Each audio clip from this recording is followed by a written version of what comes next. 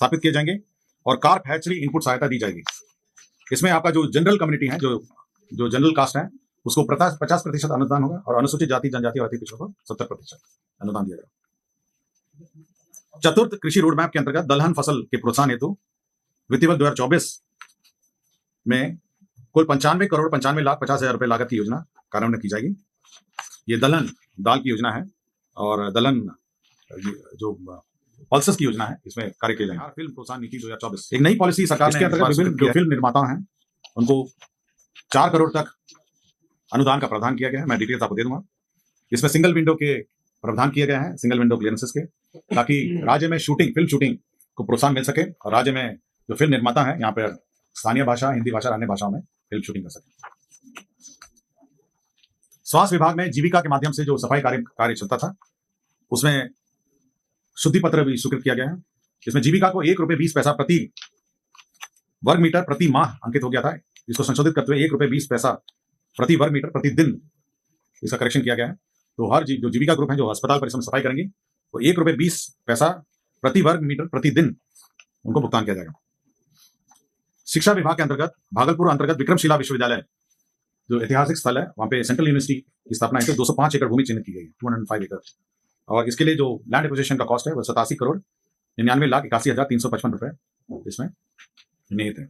तो land acquisition एक central university भी बनेगी। पहले ही आपको जानकारी है 2 सेंट्रल यूनिवर्सिटीज हैं, एक गया में है, एक मोतिहारी में है। तो इसी तीसरा सेंट्रल यूनिवर्सिटी जो है, ये विक्रमशिला विश्वविद्यालय जो ऐतिहासिक स्थल है, उसी के समीप एक केंद्र विश्वविद्यालय की स्थापना की जाएगी। अल्पसंख्यक आवासीय विद्यालय 3 जगह स्थापना का निर्णय लिया गया है। सबसे पहला है जमुई में अंचल खैरा में, इसमें 55,91,67,000 रुपए की प्रशासनिक स्वीकृति दी है। दूसरा नालंदा जिला अंतर्गत बिहार शरीफ में 56,61,03,000 रुपए की प्रशासनिक स्वीकृति, और तीसरा कैमूर जिला के अंतर्गत चैनपुर में 98,17,99,000 रुपए। तो 3 जगह का है।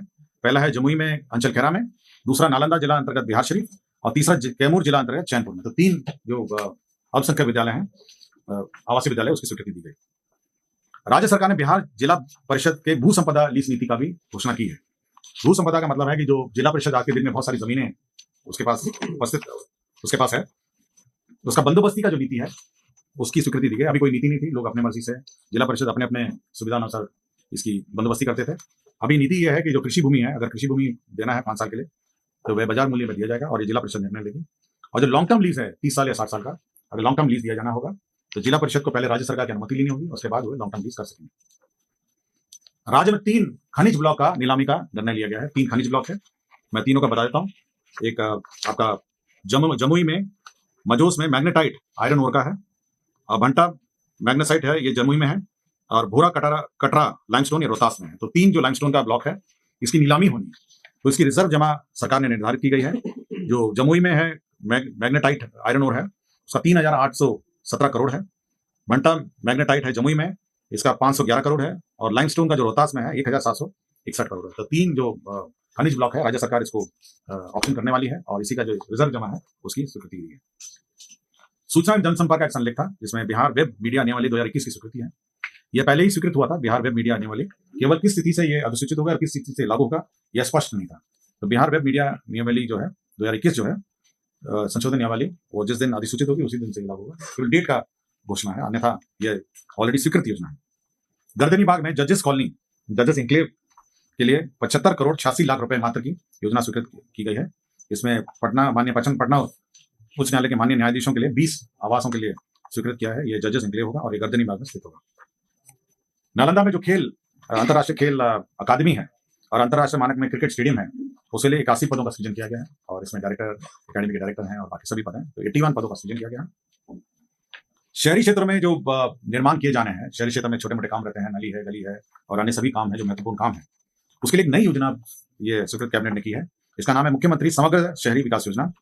ये 2024 से ये शुरू होगी, 2025, और ये प्रभारी मंत्री जो जिले के प्रभारी मंत्री हैं उनके अध्यक्षता में एक कमेटी है, और वह तय करेगी कि योजना का जो प्राथमिकता है वो तय करेगी, और उसके बाद उस योजना का स्वीकृत होगा। तो केवल योजना की स्वीकृति है, और बाकी बाद में आवंटन है और अन्य जो राशि है उसका तय किया जाएगा।